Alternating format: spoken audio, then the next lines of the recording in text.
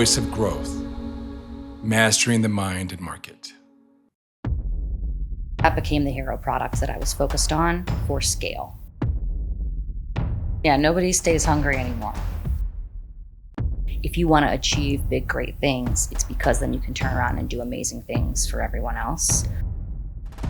Oh, this is happening everywhere. This is a global phenomenon.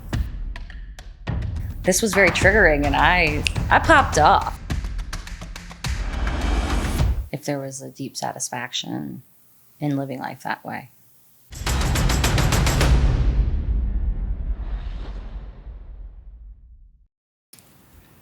Profits with purpose. Now, I dug that up on LinkedIn, and that phrase to me is very representative of this person that I've met recently in you. Why is that phrase so important for you? It speaks to the triple bottom line. I mean, everything about the natural world has been commodified, but nature's not on the balance sheet, Mm-hmm. And to me, that needs to be reconciled. I love that. This talk of ESG, right? These companies have an ESG score. Is that enough? Is that doing something, you think? It's not doing anything. And that's honestly just if an organization is really committed to it and they have initiatives and they're actually generating quantifiable data and metrics that they can use for internal reporting and external reporting that moves the needle, such as Patagonia, it's absolutely vital to the land of ESG. But that was just part of the values inherently to their mission, right? Mm-hmm. That came way before. That was why the company was established. Everything that we're seeing now is sort of a response to outcry, I think, and there being some very obvious problems with the way corporations benefit, not only off of the environment, but also off of society in general. The ESG scoring, I just feel like it's lackluster, and it's mostly been abandoned with this administration. So, what I love about your business acumen is that you are that, but you're also a hardcore capitalist. Right? You make things happen. You are a businesswoman. You've made a lot of inroads. Your journey is very varied. Yeah. You've done a lot of things, and hospitality. I know you're in the restaurant business for a while. You've done a lot of stuff with wines. I mean, your story is very interesting, and thanks for being on the podcast. It's my favorite podcast. So. That's great. What is is there a moment in your journey when you said, you know what, I'm just going to do my own thing? Or has it always been that way? No, I think I spent 15 years in hospitality, and that was from 15 to 30. And by the last, I opened 5 restaurants and bars in the last 5 years, one after another. And that's some really grueling work. And I think at the end of that, I was like, I'm done. I want to eat when everybody else eats. I want to drink a glass of wine when everybody else is having one. And I want to go to bed at a normal hour. And that's really what, I wanted a lifestyle change. I loved that industry. It's really fascinating. And all of those skills are transferable. All of them, especially if you're moving into any sort of sales creation. Yeah. Like if you're building a business that requires sales. Right. But it was about lifestyle for me. And I started building a small business at that time, like a boutique consulting firm for a really niche space, the med legal space. And that's when things started to change, because I started to get a lot of exposure to a lot of varying industries, working with different investors. Doctors and lawyers have a lot of money and they don't know how to spend it. True. And that's when I got interested in deal flow, and things just started coming to me naturally. I didn't seek it out, it just happened. And I learned that I was able to pick up on these things very quickly and understand things very quickly and communicate about them in a succinct way. And so It just happened. This happened. This was never by design. It's brilliant. At least not consciously. Yeah, I think that in my book, all people should work in hospitality and in some form or another in their career path. Mm-hmm. And I think that all people need to learn how to work with their hands. Mm-hmm. They can still be a lawyer, they can still be a doctor, but when you're able to do at least those things together, it just changes your mindset. It gives you a certain empathy. And I worked in a restaurant from 11. I was a busboy in a family restaurant. And I decided early on, having worked for my grandmother, my mother, my aunt, my uncle, that I didn't want to do anything to do with restaurants. Yeah. Well, because it's terrible margins. And it's a very difficult road. And, some of our audience here, they have restaurants. And you hear things like the Sam Fox thing when he had this huge exit. And those are like 1 out of a million, right? Yeah. That is so rare and also a different time, You don't really see that so much anymore. And you have to look at the trends, and people aren't really eating those kinds of foods anymore. Like, who's going out, who's spending money, especially with inflation, and where are people going to spend their dollars? I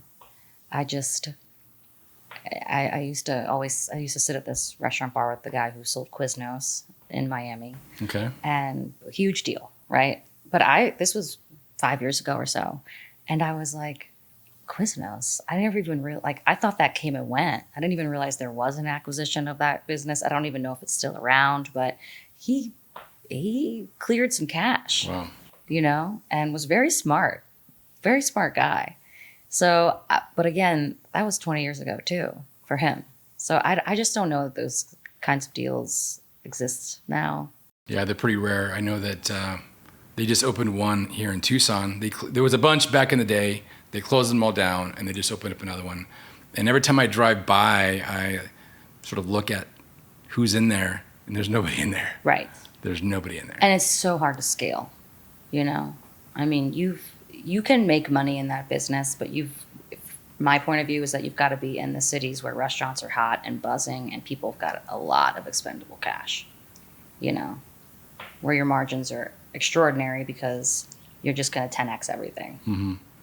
Well, I'm going to ask you a question that is maybe on the other side of the spectrum. Okay. What are your thoughts on this Cracker Barrel controversy? It's absurd to me, to be honest with you. Also, I grew up going to Cracker Barrel. It was like every other Sunday we were going to Cracker Barrel. Loved it. Could still tell you my exact order. Not that I would ever eat there now, but I loved it. It was very quaint and homey, and played the little game on the table, whatever that was called with the teas. Yep. And I think there's something deeply nostalgic about what it is. Now, is that business sustainable? Probably not.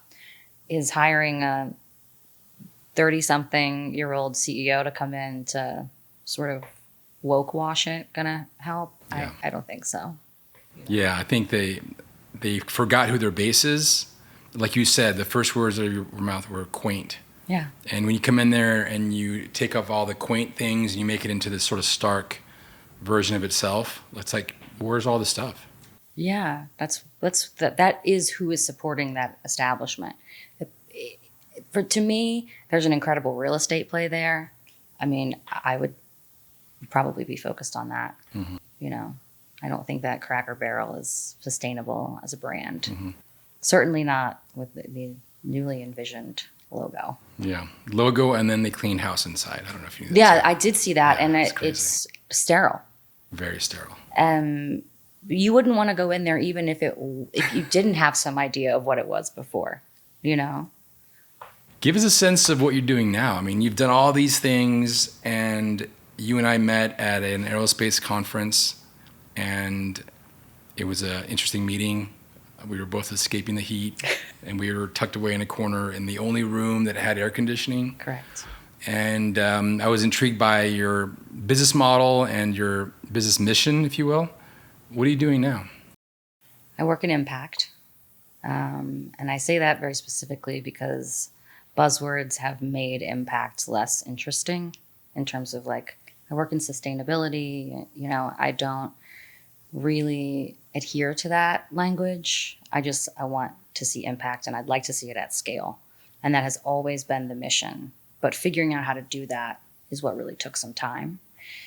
And so I decided to go back to school to get my Master's of Science in Sustainable Business.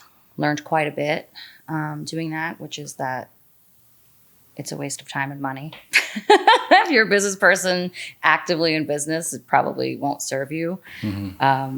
But the things that the opportunities that presented themselves adjacently were very worthwhile.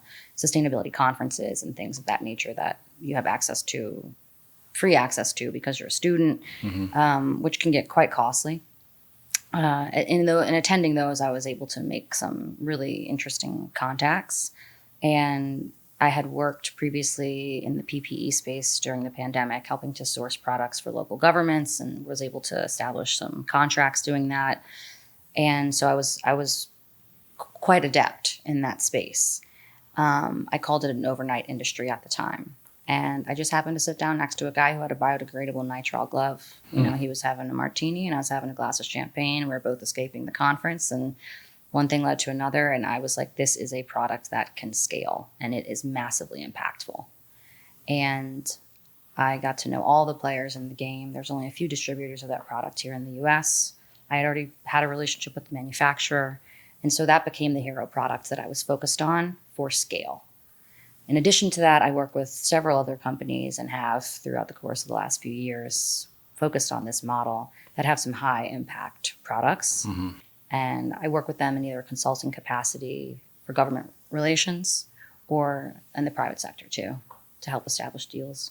What I really love about that story is this idea of, there's a lot of words that are used, but I call it collisions.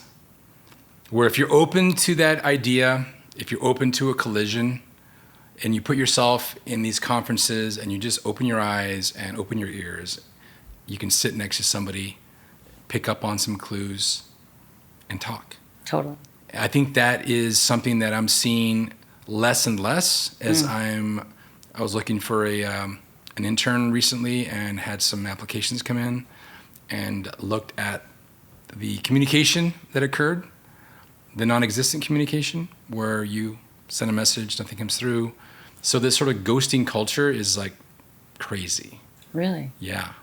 And it's a lot of it is, if you're able to send them a text or an email, you might get an answer. But if you set up a call, it's going to be further and farther out to get that to happen. Oh yeah, you're absolutely right. I mean, I even when I have one-on-ones and face-to-faces, when I fly to these conferences, I mean, I flew here for this conference, but I knew I would have I had a very specific audience, as you know, that I wanted to reach. There were very specific people I wanted to speak to. And that comes from a decade of really poorly managing time and money to try to understand how to make the most and maximize time and money in doing this sort of work. Right? Because you're just networking. You've got a minute to make someone really care about you and what you're doing and why it matters to them, and why it should be meaningful. And 60 seconds, that's it. We don't even have an attention span anymore based off social media and the way that we receive information. So it's tough. And even with those folks, I won't even hear back, I'd say 50% of the time. And I'm like, man, I looked you in the eye, I flew here for you. Like, least you could do is just respond and tell me thanks, but no thanks. Yeah, it's true. So I don't know. I can't speak to that beyond, I think there's a lack of integrity, amongst most people, because you just owe it to people, I think, to respond, especially if you've made that engagement face to face. I think a lot of it has to do with comfort. I'm a human being. Obviously, I like to be comfortable. But comfort has become such a priority to most people that they will sacrifice integrity, doing the right thing, because they don't want to be uncomfortable. Because if you and I meet and I am one of these people that don't follow up, and then you catch me at the grocery store randomly, that's going to be very uncomfortable. Right. Guess what's also uncomfortable? Me saying, you know what? I looked at your offerings, and right now, it's not really going to be in our budget. Right. Da-da-da-da. But that's the way you should do things. Yeah. Yeah, I agree. I hadn't really thought about it in terms of comfort and discomfort, but it makes a lot of sense. You know, there's this quote that I love, and it says, "Use discomfort as a proxy for progress." And I think that's, if more people just thought about that. I used to have it on my wall, actually. Because it's really powerful. And then you get comfortable with discomfort, actually, and it becomes quite the proxy for progress. And then it's never going to hold you back. 100%. Yeah, I've seen that. I have a different version of that. It's that comfort kills your dreams. You get to a position in a primarily white collar situation where you're going to work, you're clocking in, you're doing your 8 hours. Every once in a while you stay in an extra half an hour, you punch out, you go home, and you focus on football and getting, no doubt, whatever. Yeah, nobody stays hungry anymore. It's just sort of satisfaction with the status quo. And I think for some people that's actually okay. But I think if you're entrepreneurial, or if you are impact driven, or if you just have goals and ambitions or certain levels you want to achieve, accomplishments that you'd like to see for yourself, comfort will kill. Yes. The crazy thing about what's happening with social media and all that we have available is that there are so many quote unquote hacks you can use. There's so much data right now that for the right person, if they really spend time to create a plan and focus on achieving their dreams, they have all the data now to do that. Right. I mean, even to the point where before a sales meeting, I've learned this sort of by trial and error. I don't eat. I do. In the morning, if I'm going to have a big meeting, I don't eat. And I'm a food-driven guy. You're an eater? I'm an eater. I love to eat. Yeah. But I stay hungry right. because it makes me sharper in the morning especially.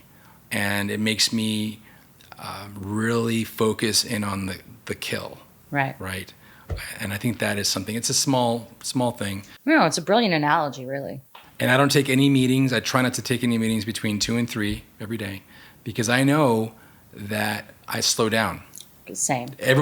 Most people slow down between 1:30 and 3:30-ish. Yeah. I just don't want to do that. I don't want to have a hardcore conversation with somebody if I'm a little tired or they're a little tired. No, it makes sense. Planning your day around how you know that your body works, and also if you are extrapolating data and other people are also slowing down that time of day, why would you not schedule in a way that's more helpful and beneficial? So I'm sure you've had lots of people that you've looked up to in business or in life. Okay. Well, even those that you have not. I had a mentor. I use that with quotes. That I actually have 2 mentors that initially were my mentors because I looked up to them, and the more I got to know them, they became the anti-mentor. Where I kept them around because whatever they said or did, I would do pretty much the opposite. Right. Because once I learned their programming, once I learned what kind of animal they were, I knew that they didn't have my best interest in mind. So if they're going to give me quote advice, it's because they were trying to parlay something for themselves. And I kept them for years, and that served me so well. Something you hear about very often. Yeah, that's interesting. Anti-mentor. So do you have anybody who's a mentor or anti-mentor or just somebody who you look up to as a human being, besides myself, of course? Well, right. There's you. I was quickly established. I don't offer my sandwich just to anybody, obviously. I have a similar experience. I've had a mentor in my life when I was younger. He was a patron of one of the restaurants that I ran for about 6 years. And in that capacity, it was mentorship, but a different way. It was looking at someone who had a tremendous amount of wealth and was extremely kind and generous. And this was sort of a form of mentorship in this is how you behave with money. This is how you treat people with money. This is if you want to achieve big, great things, it's because then you can turn around and do amazing things for everyone else. Right. Really generous folks gave me a chunk of cash when I moved from Flag to Tucson. Just, things that my own parents have never done. Yeah. And just had an enormous amount of respect for him and his wife, and his acumen. He was a high school dropout, and was the COO of a Fortune 500. And when we started to work together in a more like formal capacity, mentor-mentee roles, I realized very quickly that we are very different thinkers in business. And while there was a lot I could learn from him, anything that he would tell me, it wasn't erroneous. I just disagreed wholeheartedly with the advice 90% of the time. So it became this thing where I was like, this isn't actually very helpful, but I did learn a lot. It was just not in the way that I ever thought I would. On the acumen side, I was right. And it wasn't bad advice. It just wasn't for me. That's really good. I think we grow up in life with our parents typically, or people that are our guardians, and they teach us the values, and we pick up values from other places as well, Right. including television and social media and all that.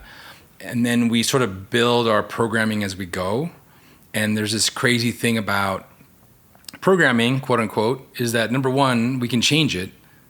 But number two, it's really hard to change. And it really typically takes something major to have you make huge changes in your programming. Yes. But what I love about what you said is how he taught you how to be a decent person with money and all that.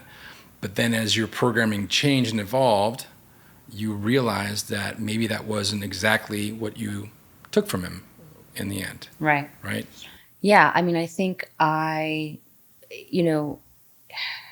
being impact driven is a derivative of being a person who is prides myself on being in integrity. And that ultimately, in the professional sense, is going to look like leadership, conscious leadership. And if you are in a leadership position and those are not qualities that you're exhibiting, we're not going to see eye to eye. And so that's what's been tough for me when you ask about mentors, or, I just find that people are out of integrity in leadership positions, and I don't jive with that. Yeah, and that exact thing what you just mentioned is one of the core reasons I started this podcast. So I built a business back in 2011 through 2017, grew very quickly, and I had a quasi board of directors. It wasn't official; it was like unofficial board of directors. And my anti-mentor was one of them in there, and the other four folks were primarily corporate driven. They came from corporate, and I was having a hard time with my business. My core business was struggling. I had other voices that were calling for our services.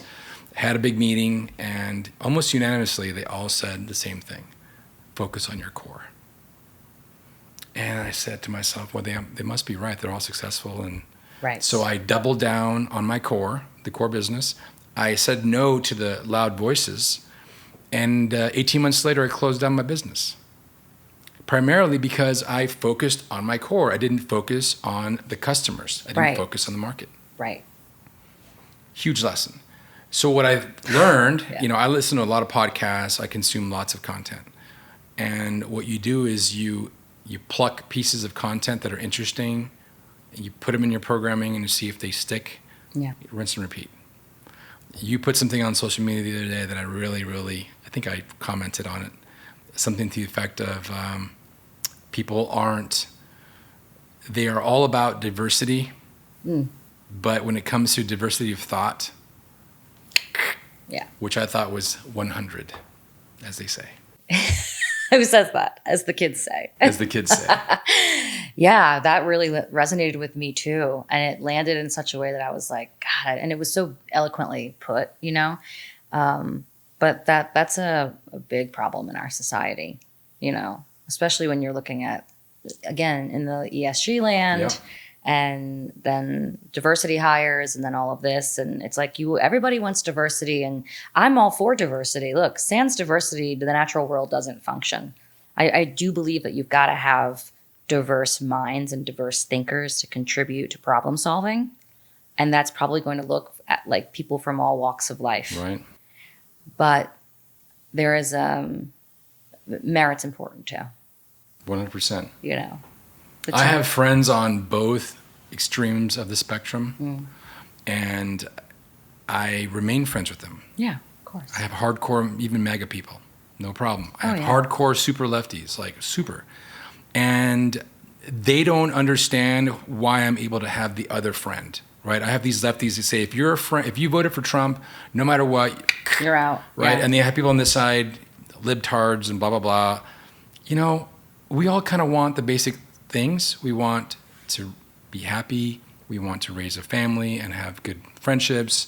We want to be safe and have a reliable source of food and water. Like, the foundational things are there. It's how we get there.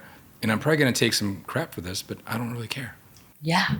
It's funny because I'm in complete agreement with you. I work between the public and the private sector and have for many years. And the way that I discovered I was capable of even doing that was to be apolitical. I obviously have personal views, and some of them are quite strong. I like to say strong beliefs, loosely held, you know, but there was no way, if you're not going to reach across the aisle or be able to get a deal done, or if you've got a lot of opinions in the government space, good luck. It doesn't matter, you know, who's in office. And the most promising relationships that I had when I was first getting into this space, and the ones that have become the most valuable, are with people who do not align with my line of thinking politically. Mm-hmm. And one person in particular, he's a Trump supporter, and, you know, helped him get elected the first time. And, but we do a lot of really impactful good work together, which is all that matters to me at the end of the day. But some of the things that comes out of his mouth, he actually wrote a book called Laws and Sausage. You don't want to see how either one gets made. And very funny guy, but pretty right, you know. And I'm always like, gosh, I'm so surprised that we even get along and can it's do just this. the mindset. Well, and he always says, well, Kassie, you're a capitalist. And I'm like, so when you said that at the beginning of the podcast, I was like, Brian would appreciate that, you know. So I know you lived out of the country briefly, or maybe I don't know how long. How did you see, having moved away for a while, how did you see the U.S. from a different perspective, right? Because not all of us have that ability to have moved away, or that privilege, and look back at the country that we came from. What changed, or what did you see? Yeah, that's an interesting question. I spent a lot of time traveling the global south before moving to Europe for a good bit of time. And that was really, those dynamics were actually quite interesting. The juxtaposition between the first world and the third world, you know, the global south, South America, and parts of Africa. And you very quickly realize, like, these developing nations have better infrastructure than we do in the US. And so why is there this rhetoric around how we're the best and all of this? And very quickly you're like, this just does not track. I mean, this is just patently false, actually. And so that was one thing that became really fascinating to me, and how funds are used, you know, and if they're appropriated properly, and what that looks like in countries. And then spending a lot of time in the old world, living there several months of the year for 2 years, completely different culture. You know, I was in Italy. That's the art of living, right? And so there's the social and cultural split, which are worlds apart. I mean, it's complete extremes. And also, while I was living there, they elected a far-right woman to be in charge of their leadership. And so then I started to notice, like, oh, this is happening everywhere. This is a global phenomenon. At the end of the day, it's the same thing as far as I see it, which is people who are suffering and desperate trying to elect people into positions of power that think they will help them. But we have major class issues all over the world. It's true. That's the third pillar. I've got two things to say about what you just said. The third pillar that I think all people should do is, the third one is travel. Work with your hands, work in hospitality, and travel the world. Yes. I think that is a really good foundation for helping your programming to move more quickly. We talked about programming. The other thing I'm going to say is kind of more funny. So I'm mainly Mexican. I have a little sliver of Italian as well. Okay. And I say this joke, and my Italian friends, like, they sort of shake their heads because it's kind of a dad joke, if you will. All right. So the Italians didn't invent anything, but the Italians perfected everything. Coffee, chocolate, pasta, living. What do you think about that? I like it, but there are some Italian inventors. I know it's a joke, of course. Yeah, it's great. I mean, look, I have never experienced a culture that actually, the art of living is just, they live it and they breathe it, and it is not to be questioned.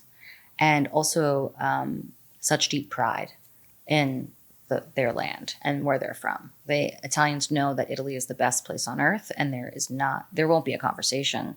And frankly, that's quite lovely, because I don't feel that way about our country, and I'm not a patriot, and I'm not anti-US. I think that this country has afforded a lot of people incredible opportunities. And I also see that there are some very, very deep problems. Yeah, there are deep problems. I am in the camp of hardcore nationalist patriot. I didn't see a flag outside. But Well, I know, but I think for me, yeah, this is an amazing place, and we have tons of problems. But I think that the gift and the real privilege we have is if we can actually make things happen with our resources, make things happen of impact. We get a lot of flack from around the world for a lot of things.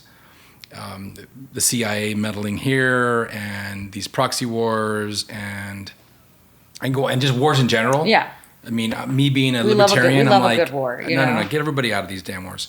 Yes. But at the same time, we've done a lot of good with respect to tons of innovation. Yeah, driven by the dollar, nonetheless, but a lot of innovations on medical side. You just look at what's happening on the left coast and the right coast, right? You've got these like Silicon Valley. A lot of things are happening. No doubt. It's a brilliant country. And there are incredible things about being from here. That's, what do they call it? Like the Lucky Sperm Club, Yeah.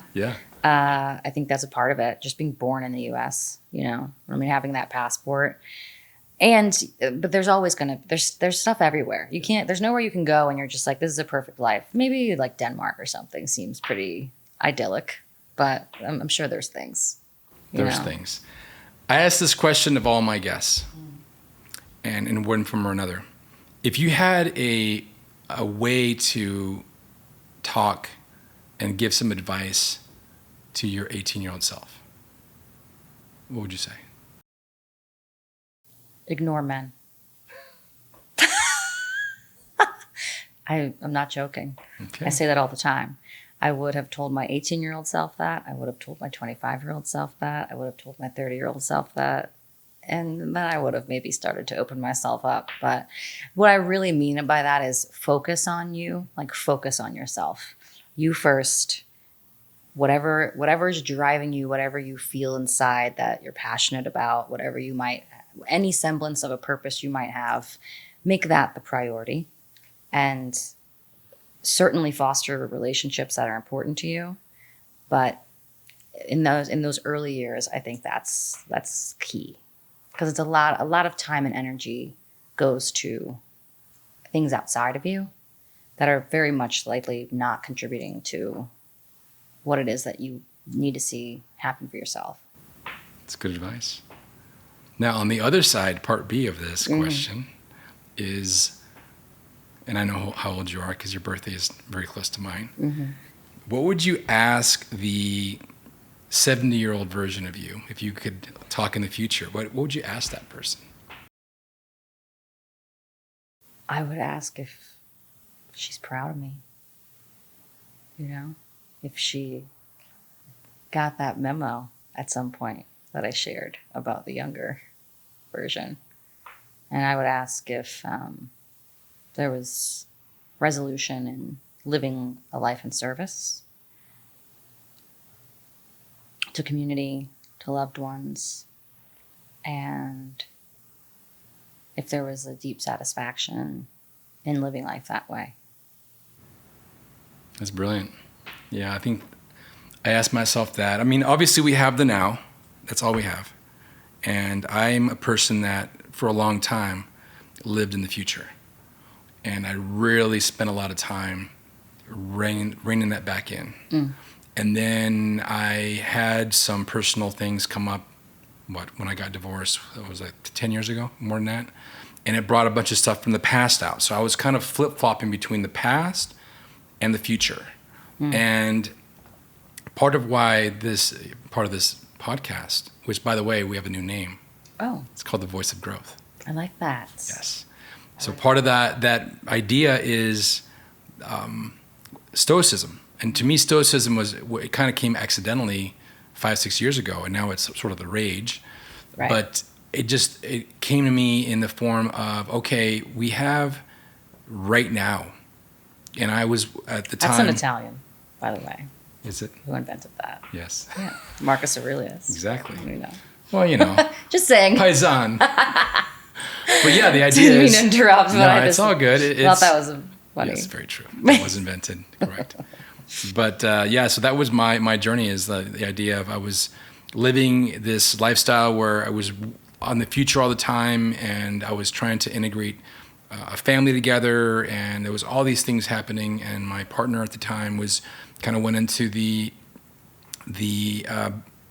meditation domain, and mindfulness I had done yoga, and I knew what mindfulness was, but it kind of all gelled because when you're fighting fires, you need to keep your wits about you, right? And you're not fighting some fire in the future, you're in the fire. It's present moment. Yeah. And what I realized during that whole part of my life, it was good, it wasn't bad. I mean, it sounds like I'm making it bad, but it was an amazing part of my life. Just taught me some lessons. Yeah. And it continues to teach me lessons, because I'm also, as part of my growth, my voice of growth, I look backwards in circumstances that I was faced, and I looked at my programming and how I reacted, and I compare and contrast that to how I react now, and it helps me to solidify how I react now, which I don't react as much. I tend to respond. And that pause, for me, for me telling my 18-year-old self would be to pause. Because I was one for a long time, I would not pause. I would instantly react. And that pause for me has taught me so much. That's incredible of you. I find there's interesting dynamics between masculine and the feminine, and reactionary versus responsive. And I think we all at some point face that within ourselves, And by the way, too, it's sort of a lifelong thing, because you'll feel activated by different people and different dynamics and different experiences, and you're like, wow, I thought I really sorted that out, But this was very triggering, and I popped off, So that's a lifelong thing. I think I am a meditator. I am all about yoga nidra and SDR and breathing exercises and different techniques. And to some degree, if you're not doing that, I don't really know how you're moving through life with any sort of peace. Maybe you can, and whoever that is, more power to you, but it's not me. I need help, Yeah. But I think that's really smart. If the amount of energy that is spent being reactionary is just not worth it. No, it's not. And that brief pause, I remember reading the power of now a long, long time ago. I was introduced to some really interesting literature when I was very young, which I think helped shape who I am. And I'm incredibly grateful to the people who shared with me these books. But that's what that book's about. Literally being in the moment, And Stoicism too represents, I think for me, it's really ultimately are you wasting your time worrying about something right. that may never actually happen? be here now. Like, be present in this moment. And that is what we need to offer to all of the people around us who we love and care about too. 100%. I think that that concept comes in the form of stoicism. That's how I sort of gravitated towards that. My former partner was very much into the really deep meditation, mindfulness world. Quasi-Buddhism, I mean, I would call it a form of Buddhism. Some people are more drawn towards the big religions, Christianity and Islam and so forth. I think there's beauty, and then there's a lot of learning from all of those. Sure. And I get people, friends of mine, again, on the fringes that are very much, it's got to be this way or there's no other way. Right. Well, more power to you. I see a different way. I see that there's a lot of beauty and a lot of learning from all of these aspects. Of course. Life is gray. It's just gray. You mean it's not black and white? I mean, I guess there's some like values-based things that are pretty black and white in terms of right and wrong, but that's a very small percentage of life experience, And listen, I'm not a religious person. I grew up around very religious people, but there is peace to be found in, faith-based religions. Some of the most peaceful people I know have never meditated a day in their life, but they have this belief that is so strong and that there's a deep trust that they are taken care of and they'll be provided for. And it's remarkable to witness that in someone else. It's not my path, but there's still something to look at and be at that's admirable, My grandfather on my father's side was a farmer, and he had his own form of meditation. I kind of learned this afterwards because he was pretty chill almost all the time. His meditation was work. Well, of course. But not like, I never saw him. I mean, he was a kind of guy that he could dig a 6-foot hole in like 2 hours by hand. He was just crazy. But I would see him, and he would wake up early, eat really fast, go spend a whole day out in the fields, and I would go with him. He had basically a farm, and I would like play around with the tractor, and he'd be working. Yeah. But I just saw this certain conviction, and I think that was his meditation. And then he'd go home and he'd like relax, and he would eat dinner and he would watch TV, and then that he was, I wouldn't say he was like the most joyful person. Like okay. He didn't, like it wasn't outwardly joyful. Right. But there was a certain peace about him. Inner peace. Inner peace. Yeah. Inner peace over outward joy any day, because that's a very pleasant way to live. Very sure. Yeah, for sure. Well, this has been a great podcast. Thanks for your time. Oh my God, of course. And I think there's a lot of nuggets of wisdom here for our audience to hear. I hope so. Yes. Thank It's you for been a your pleasure. time. Appreciate it. Cheers. Ciao, ciao.